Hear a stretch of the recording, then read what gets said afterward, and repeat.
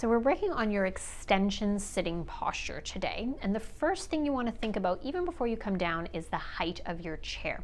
So right now, my hips are a little higher than my knees, which is allowing me to create an arch in my lower back, and my pelvis is tipped slightly forward. So this is my extension posture. But if I were in a chair that was much lower and my knees were forced higher than my pelvis, can you see how it tips my pelvis back and my lower back becomes rounded or flat, which is not extension, not where we want to be.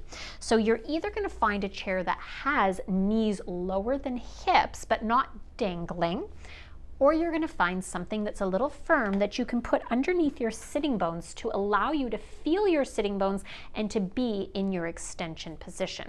I'm going to leave this one here for me, for you to see, but you may not have anything under you depending on the chair height that you've chosen.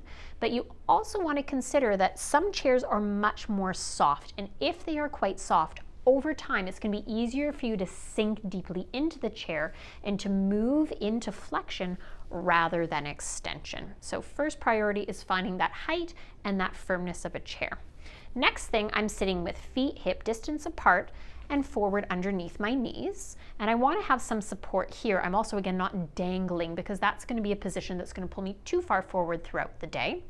And I'm going to find my sitting bones or your bum bones, those two bony bones on the bottom of your pelvis. And so you can either touch them with your hands or if you're comfortable, or you're going to rock slightly forward, back, and side to side until you can get a sense of where these two bones are on your pelvis. Now notice as I go forward and back and side to side, I'm not snaking my body around. I'm moving like a mast of a ship. The ship bobs on a wave and the whole thing goes as one unit. So I'm going forward and back, and I'm exaggerating it so that you can see this on the camera, but you might be doing just a small little shift to kind of go, where are my sitting bones? Do I feel them? Now what you want to think about with these sitting bones is where they're aiming. So sitting bones, when your pelvis is tipped forward and your hip bones are in front of your pubic bone, are tipped slightly backwards. And this is what creates that extension in your lower back. But if my sitting bones were directly underneath me, I would only have a baby arch in my back. And if my sitting bones were tucked forward, kind of like a tail tucking action, like a sad dog, my lower back would be quite rounded and flat. So you want to think of those bones aiming slightly back behind you to create a little bit bigger arch in your back. Once you've found where your pelvis needs to be, you then want to attend to your rib cage. Ribs aren't popped forward of the pelvis or slumping behind. Instead, rib cage is stacked over pelvis comfortably, and we think of a plumb line.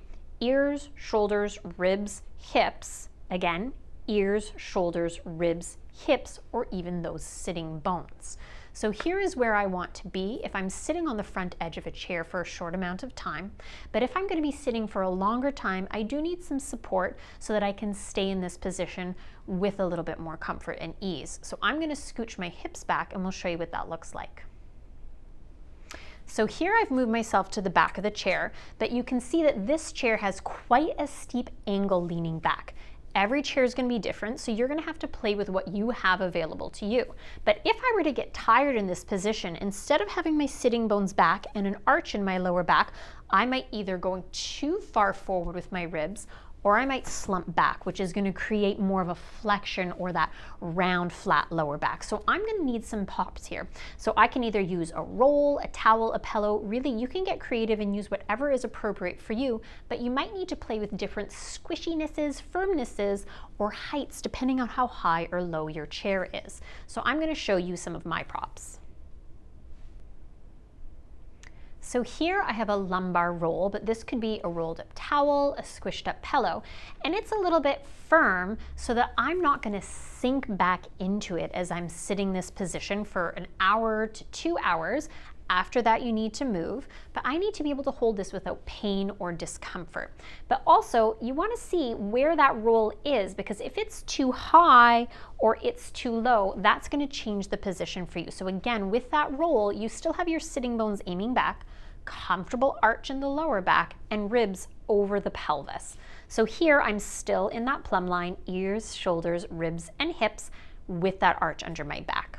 Okay, now once I'm here though, I want to think about what's actually holding me up. And what's going to give me support other than the chair and the props is my breathing and my core. So while you're breathing here, you're using your diaphragm. So either you've learned from your therapist or you can check out our videos to learn about breathing through your diaphragm. Diaphragm is all the way around the circumference of the rib cage here. So as you're breathing, you're making sure it's not just the belly, it's not just the shoulders and the neck, but your breathing is actually opening or expanding through the backs, the sides, and the fronts of your ribs. All of this is moving wide like a cylinder as you're inhaling and softening as you exhale. As you inhale, everything widens, expands. And as you exhale, it softens. Hopefully here you can also feel that your low belly, your deep core, transverse abdominis, is doing a little activating as you exhale. But again, if you're unfamiliar with these techniques or you're not feeling the right thing, check out our tips and tricks videos or reach out to your treating therapist. If this is still giving you any issues, reach out to your treating therapist and they'd be happy to give you a hand.